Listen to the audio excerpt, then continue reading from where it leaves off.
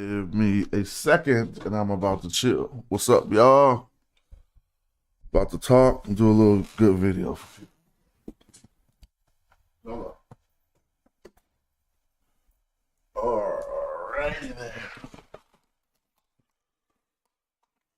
Now, obviously, this ain't a video that caters to my normal YouTube audience, but my YouTube page is just for things that I enjoy.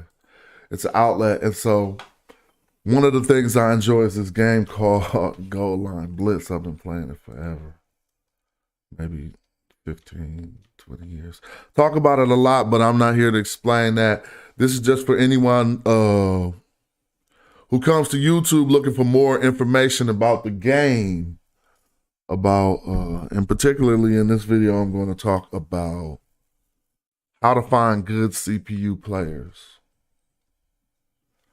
Because obviously, if you own a team and you don't want to deal with humans all the time, trying to get them to play for your team or do whatever, sometimes we need to be able to find CPUs. CPU players obviously are controlled by the computer, and since the game has developed a bit, nowadays we can find good CPUs, but most people don't know how. And so the common mistake team owners make is using the CPU player widget. If I go to my team here, go to my roster, if I wanted to request a CPU player, I got one spot for a CPU player, but not enough money. They wouldn't give me one now, but this is the way you can't control who you get this way. And so I want to show a few tactics how I get the best CPU players in the game, how I try to target some of the best CPU players in the game. And you can get people on your team without having to deal with humans and like, for instance, this guy is really cool right here, GLB2 Scout. I sent him a contract, asked him to play for my team, and he didn't even correspond with me. He just signed the contract. But experienced players like this, like he got 900 wins in coaching and 600 losses. Experienced players like this normally don't really haggle over contracts. If they look at your team, they think you got a good team and they got a star player, they might join it. So that was one addition we made to our two-time championship team, the Bay Area's Best Builds, as you see here. But so let's dig into it. And let's see how we do this. Well, basically, a few different ways you want to target CPUs. The first way, and the smartest way, one of the easiest ways, is through the Hall of Fame for the previous year played. All right? So let's say I'm trying to fill my roster up here, right? What I'm going to do is go to this league right here, which people coming into the league talking crap now in the Dragon League, but y'all got to realize that we the only champions here. Bay Area's Best Builds, 13-1. So you can do what you want to do. You can sign all the star players you want. But we 13-1. And we the champions, two-time champions. So you're going to have to deal with that. And plus, I'm giving out information right now to help y'all get your teams a little better. So when we come here, what we want to do is come down where it says League Hall of Fame right here. Right? In the League Hall of Fame, now you can see the best players who played in that league. And all of them won't be owned by humans. Some of them will be CPUs. Like right here, we see the 12th best player in the whole entire league was this quarterback who ain't even signed to nobody's team right now. Free agent.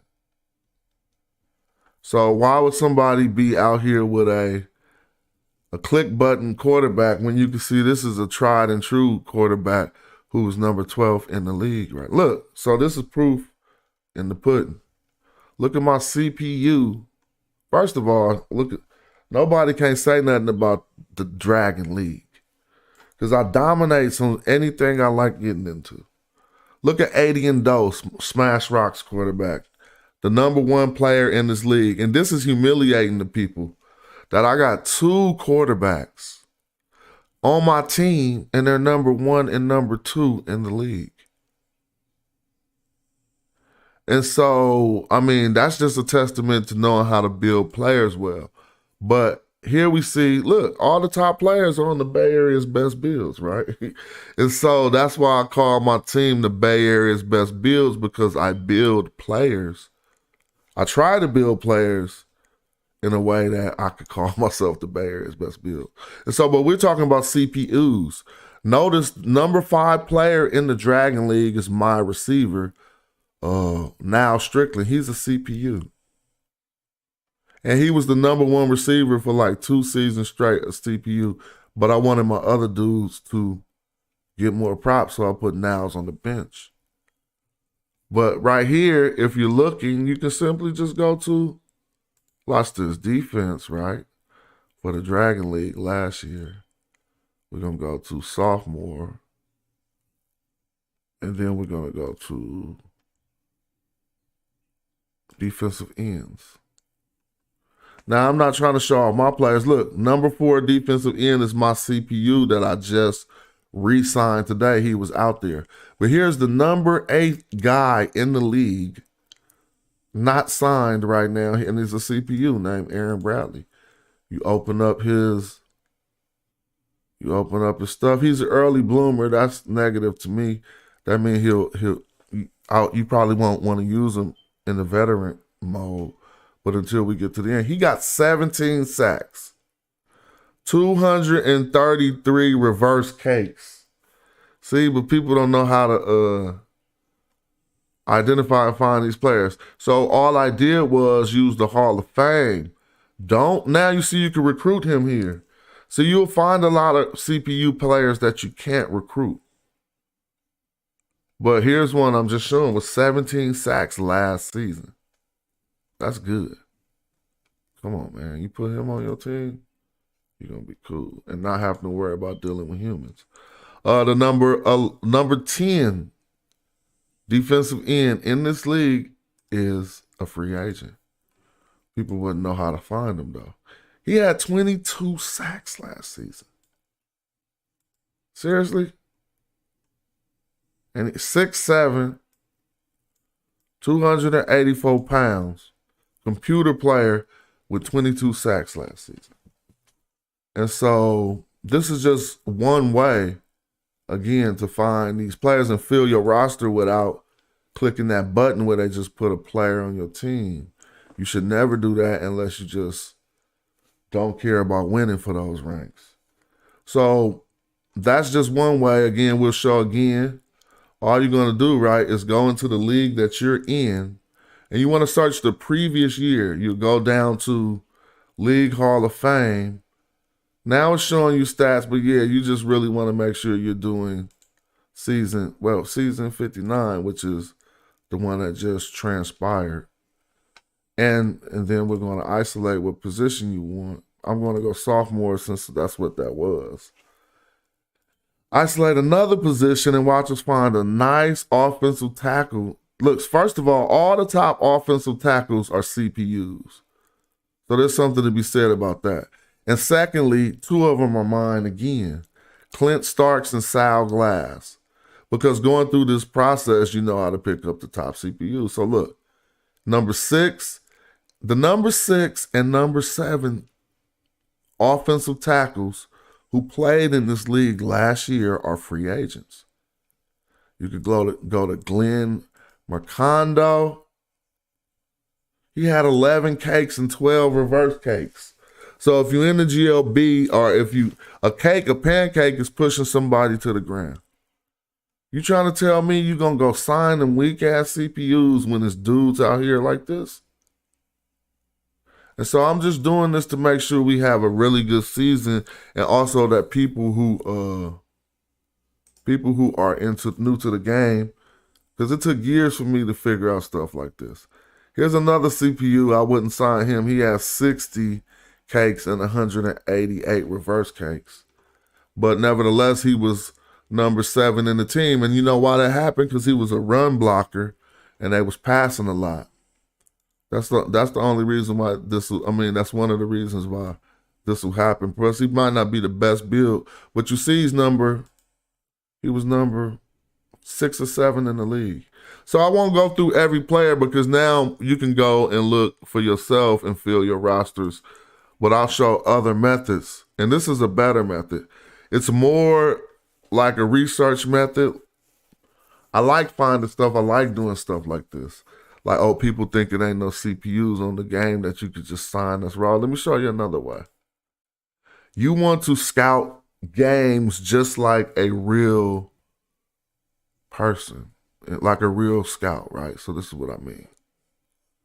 It's a way to get to certain games that you want to scout that has signable CPUs. What you're going to do is this. Find one of your, all right, so this is what you're going to do. This is easy. Let me show you. I'm going back here. I'm going to go back to the league, and then I'm going to go to Hall of Fame again, but I'm going to do something different. At the Hall of Fame now, I'm going to identify a top CPU player, right? Look, this is what you do. So I'm going back to sophomore. I'm going to go to season 59. I'm going to look for an offensive tackle. Oh, what's up? Shout out. Anybody watching this that don't know nothing about this, again, this is just an online MMORPG that's football, some shit I do. I put these videos up. Only a few people watch them, and I know that, but I understand that it's adding to the repository of information for this game on YouTube, and so some people find these videos valuable. So watch this. He's the number 6 offensive tackle in the league, but this is what you do. You click on him, right? Instead of signing him, this is what you go. You go to his game log, and you find a shirts and skins game, all right? And preferably a high scoring or a good shirts and skins game where it was a lot of, so you can see how these shirts and skins play. This shirts and skins game was 28-3. Now, the majority of players in shirts and skins is going to be CPU players. So when you go look at the box score, this is another place where you can scout CPUs. You see the Sharks put up 400 yards on this one, so I'm going to go look through them, right? See if they got anybody who even looked like a quality player. Like this dude named Tiny Ray had 23 rushes and 83 yards. Ain't necessarily bad. But I don't see no stars. Tight end has 7 catches. So now we just looking to see at a gauge of performance to see if it's anybody we actually want to look at. Reverse pancakes is something to look at for defense as well. So we found a defensive tackle who got 10 reverse pancakes in this game, meaning he knocked over his opponent on a butt 10 times. He got 2 tackles and that was both tackles for losses. He could be formidable. Now let's go look at what he's been doing. He got 3 sacks total. 300. I told you. 333 reverse cakes. Just sitting here playing for shirts and skins, and he recruitable. So that is another way that anybody who wants to spend some time beefing up their team and going through rosters and finding places. That was a good player right there. So what I would do is take a piece of paper, put the players to the side, and then start developing a little pool of CPUs that are good. Just like that. Pancakes, oh man. So, like this guy had 4 cakes and 2 reverse pancakes. Let's see if he can do that consistently. Randy Stubbs. He signed to somebody. I can't sign him. You see? Some of these CPUs, they're not going to let you sign because they already allocated them to a different team. Let's try Ace Sprung. We can sign him. 37 cakes and 64 reverse cakes. Everybody know that ain't bad, but it's not necessarily good. So there you have it. Just 2 quick ways to find really good CPU players.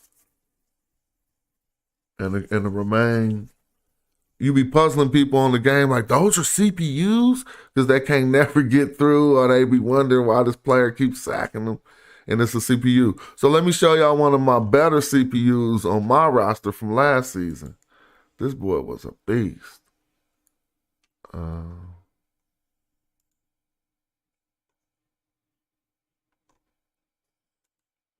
And I cut him right here, Dominic Madsen. I cut him in order to make some roster moves, and then once I finished the roster moves, I got him back on my roster now. And so Mr. Dominic Madsen here is a CPU player. Look at how he's been performing for me. 2 years on my team. He got 18 sacks in his rookie year. He got 29 sacks last season. Tell the truth, anybody out of 30 games. So he had a sack a game damn near. Anybody knows that like football and stuff, that's a good player. And so he was just sitting. He was the fourth defensive end in our league. He was just sitting there all offseason. Nobody knew how to find him to go pick him up. So look who I just added to my team on the I added this guy named Stretch Plummer right here in the off. It's the off season right now. Just won the championship, and I made a team rage quit. I'll show y'all after this. I ain't trying to humiliate them, but I was laughing at my house when he rage quit, because he rage quit before. I mean, he rage quit and cut all his players. You know why? And this is a dude, I baited him all season. I let him beat us early in the season because that game didn't matter to me. And I didn't want him to be thinking that he needed to focus on my team too hard. So when it came to the games that mattered at the end of the season, I put that brain on him and I humiliated him. I mean, if I show y'all this game, y'all really would be like, yeah, that's true humiliation. My players did everything right. We blew them out 47-7, y'all. One of the best teams on the game. So Stretch Plummer here is a guy that I just picked up by doing my scouting, because this dude is a beast. He was just sitting there. Look what he did before I just signed him. A defensive tackle with 10 sacks, bro. That's a CPU player. In season 29, which was a long time ago, he had 416 reverse cakes. We know things were different in that season, but in season 59, just this last season, he had 10 sacks. 57 tackles at the defensive tackle, and 19 tackles for loss with 232 reverse cakes, bro. So I signed this man. And then I played one scrimmage game, and he got a sack in the scrimmage game. So that's enough about that. So in closing, I'm about to go back to, I don't need to make this video long, but since I was just talking crap about look, Canton Crusaders, blood, I feel sorry for y'all. This game, we was both watching this game at the same time, and I seen you go into your roster and cut all your players, and I felt sorry for you. But I let y'all beat us early in the season, and you seen I was figuring y'all out in all those scrimmages.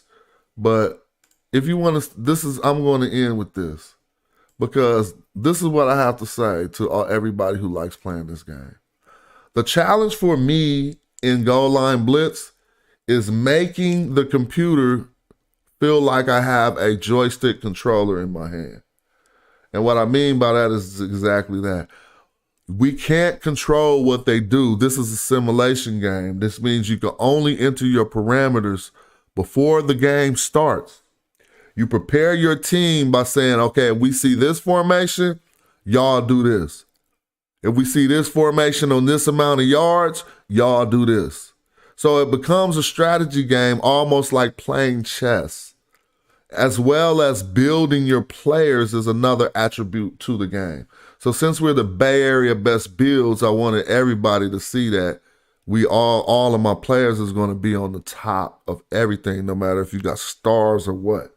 It's my ambition in this game for you to see my players on the top of the leaderboards. So that's the fun I'm having. And then playing teams like this just showing you how I can outsmart you in football with wits is a passion for me in this game. And so anybody who beat me, just know that I'm over on the other side of the computer, hella mad that you outsmarted me. All right? So let's be clear. So now I'm just going to show you some of the results of having the best builds and the best players, and then trying to coach in a way that's advantageous for your team. Let's watch this. First of all, we about to just shut these boys all the way down. I don't even think they get anything but a 3 and out ever in this game. That's one where he tried to go. But I figured them out hella easy. So that's 2. Let's see if he could get a first down even. He's trying right here. Z spot. Stop that, boy. Get down. No. 3 and out. And we had good pressure on him from the gate. Now watch how our team come out exploiting this coach. So let me stop this and I'm going to explain a little bit. Stop right here. I threw in, and this is some more game. I should put this in. And I'm just going to tell people who play GLB2. Tiger House Blitz from the 5 wide or the quarters is broken. I could prove it. If you haven't realized that this play is broken and it got broken like 2 seasons ago, then you're going to get exploited by me. Nothing else going to happen. You're going to put this field on it. My players hella smart. You're going to get exploited. So this is why it's broken. I can prove it. Let me show you something. This is another CPU that was just hella good sitting there. So let me just show people why this defense is broken. And you're going to be like, dang, you be noticing that stuff. Check this out. I'm going to just go to one of my run packages. Go to, so I can just go over here, right? I'm going to go to quarter blitz and pull out this defense. Look at this. It's called Tiger House Blitz. Anybody should be able to see this. I'm going to make this really big. You see? 3, how many people blitz total on here? 6. The red lines is the blitz. The free safety, the middle linebacker, and the strong safety, and all your D-line. 6. It's broken because CB5 blitzes no matter. In the last 2 seasons, CB5 will blitz no matter if he has a man or not. These are the things that we want to know about games in order to be better coaches than other people. This person I'm playing, I was like, is he that dumb? Because not that dumb, but at a lack of information that much. If we in a playoff game like this and you're going to field the field with Tiger House Blitz against my 5 wide, the only reason why my team is running 5 wide is to see if this coach is smart enough to know that this defense is broken. So this guy right here, number CB5, watch me highlight him. He's going to blitz. And so what I did, let me see, CB number 5, highlight. Now you see he got a circle under him. He's going to blitz. That's not supposed to happen on this play. So I told my quarterback in our settings before the game started, I said, focus on wide receiver number 5 first in this formation. If this play comes up, we're going to have a complete exploitation. And the game so loved me so that it started the game first down and 10 because my settings told them on first down and 10, these are the options of plays you can do. And it just so happened that they caught.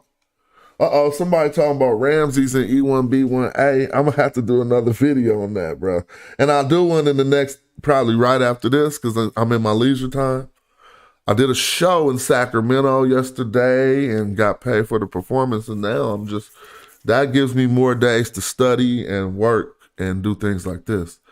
And so I will do a video talking about Kemet after this, but right now I'm just chilling on my Sunday morning. So check this out. Watch how I exploit this dude. Let's see what happens. First, I'm going to do it in slow motion so y'all can see. People don't watch the plays in slow motion enough to see if what I'm saying is true. You see, the guy with the circle on him is ignoring his man and blitzing, even though when I showed you the play, it clearly ain't supposed to do that. So that's what you call a broken play. I'm not going to point that out to the devs. They can figure that out. I'm just going to exploit it. So look, he's running in, blitzing, leaving. Now we got 2 defenders, if y'all can see, on 3 receivers. And I told my quarterback, who's so poised sitting in the pocket, because I got dumb O-line, he not even going to trip. So all this blitz coming, but I built this quarterback so good that he already quick reading, and he ain't scrambling or nothing. He looking at who he's supposed to look at. He's avoiding it a little bit. He throwing the pass. Look at this clear, wide open man. Bow. Because what I did was split this one player. He got to decide, is he going to defend him or defend him? That's the first exploitation, right? Bow, first down, first play of the game. So dude was watching this. I could tell you he was on the other side of the computer, and he watched that, and he seen that happened with the first play, and he said, oh, shit. And I laughed like, oh, yeah, it's working. So look, that was the first play. Bow, exploitation flick. Now let's watch the second play. I just really want y'all to see something. Halfback slam weak on purpose because I know he's soft on this right side. The Canton Crusaders, you could just run halfback pitch out on this with a single back trips, and he gonna have problems before the game over. But I'm setting it up right now because I want this defense to be honest, so we just gonna run right up the middle from this formation real quick. Setting it up. Yards, look. 4 yards, that's good. Now watch this. Dumbass defense again, he gonna do a defense strike. I'm back in the 5 wide because this is an exploitation flick. Look, 2 dudes over here. Come on, bud. You don't even really want to deal with me like this. Completion. Now you about to see that my quarterback is just gonna keep getting completions. It's not because he's so much built better, is because this defense is dumb and is providing good rolls, R-O-L-L-S, rolls for my quarterback. When it rolls, the algorithm rolls from back and forth through his skills, and whether it sees somebody as open or not, he's providing me with good rolls. So the quarterback just gonna sneak and get this first down here, but I think it's gonna start even harder here. Girls, and we just beating him up how I told him to beat him up. He gonna make damn near every completion, this quarterback, because he's the best in the league. But let's see. Everything working. And now let's just look. I want to show you something. Look at their morale already. Compared, the green bar is his team's morale. His linebacker, Jude Wade, got a 24 in morale already. First quarter. So that's another thing about how we build our players. You know what I'm saying? All right. And so let's see. I mean, Ken, we just talking about this exploitation flick I drew up for the boy. He stopped me on 3rd and 3, but we made a lot of good progress. Let's see if he could get anything but a 3 and out. Wow, that's one. He already got to my team hard, dude. It don't matter if you got yards. You're getting 3 and out. What? Stop. He got a first down. With a nice run. That's cool. He didn't get 3 and out. Let me see. 1. I want to see how long it takes us to stop him. Dang, he moving the rock. I think we're going to stop him. It's really hard to get short yards on my team, but let's see what happens. Yeah, you're not getting that, bro. Get down. All right, so we stopped him again with that good defense. But hold up. I didn't let the exploitation flick kick in all the way. So I'm going to keep going back to this is what I'm targeting. He got a DB strike. So I'm going to keep going back to this is what I'm targeting. He got a DB strike on the 5 wide again. Completion. All right. So this is one of my main strategies for this game. Oh, that looked good. Man, we are hard. Anyway, I put the link to what this game is for. If it's not the type that you just want to start playing. Like, you got to kind of be crazy. Like, the majority of people who play this are into this. You see that, bro? So this will humiliate. This will make people hella mad. You see this dude, Tacky Lewis? Man, you can't stop Tacky. Especially with the way I built my quarterback. This is a shame because My quarterback got no morale right now. Like he got a 1 in morale right now. That means he feeling bad about himself. Normally when your morale is that low on the field, you're not going to make a completion. My receiver, Tacky Lewis, his morale is on the floor too. 9 in morale. Their whole morale is up in here. Now watch this. People don't know how you do this. How you build a player that do stuff like this. With 0 morale, 2 players on him. Bow. 0 morale, 2 players on him. Your team don't do that. Why they don't do that? They would have easily dropped that ball. You got to know how to build your players, bro. I'm going to prove it. My other quarterback came in with 44 morale, so this might be a better play. But it goes up and down with each play. So a dude could be feeling bummed out. Let me read your comments, even though I know they're not relating to this video. I'm going to read your comments because if they're, I got time on my hands today, and if it's something I want to engage in, I definitely will. King, I know you have seen the articles written about Ramses II, third having E1B1 DNA. Have you, Kings, ever discussed this as a part of the Kemet? No, I don't inject DNA into that argument about ancient Egypt because DNA cannot provide ethnicity. And so, you know, ethnic groups and culture isn't revealed by DNA, but I definitely know that is a dagger for that. Here's another one. True indeed, King, and it's beautiful because when people see Ramses II mummy with blonde hair and they think it's think it's a white man, and various sources show that Egyptians dyed their hair, and that is very cool. I will dig into that in the next video, so thank you for tapping in. And I'm gonna get ready to bring this one to a close anyway, because it wasn't about showing this game, but it was really fun one. This kind of like showing the results of good coaching and having these some good CPU players on my team. So in order to not make this be too long, it's already 30 minutes. I'm going to tap out and come back talking about something else once I'm finished game planning. All right? So here's the last. I'm going to close like this. I do have like 10 jobs on my team that I could offer to anybody that was interested, but I am a micromanager.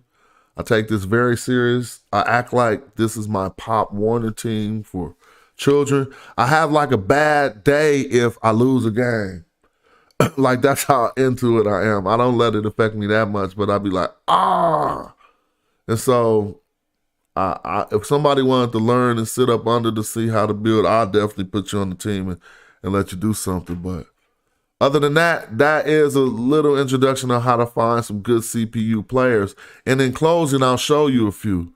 This guy named Chris Sample right here. I couldn't afford to sign him to my team, but you might want to go grab him if you on GLB and you don't got a good offensive tackle. I think he was like the number 4 offensive tackle in the league, and he got 38 cakes with 53 reverse cakes. Gave up 6 sacks, but it is what it is. Another one I think I had sitting up here was J.J. Stevenson, 22 sacks, defensive end, just sitting there. You got to know how to find him.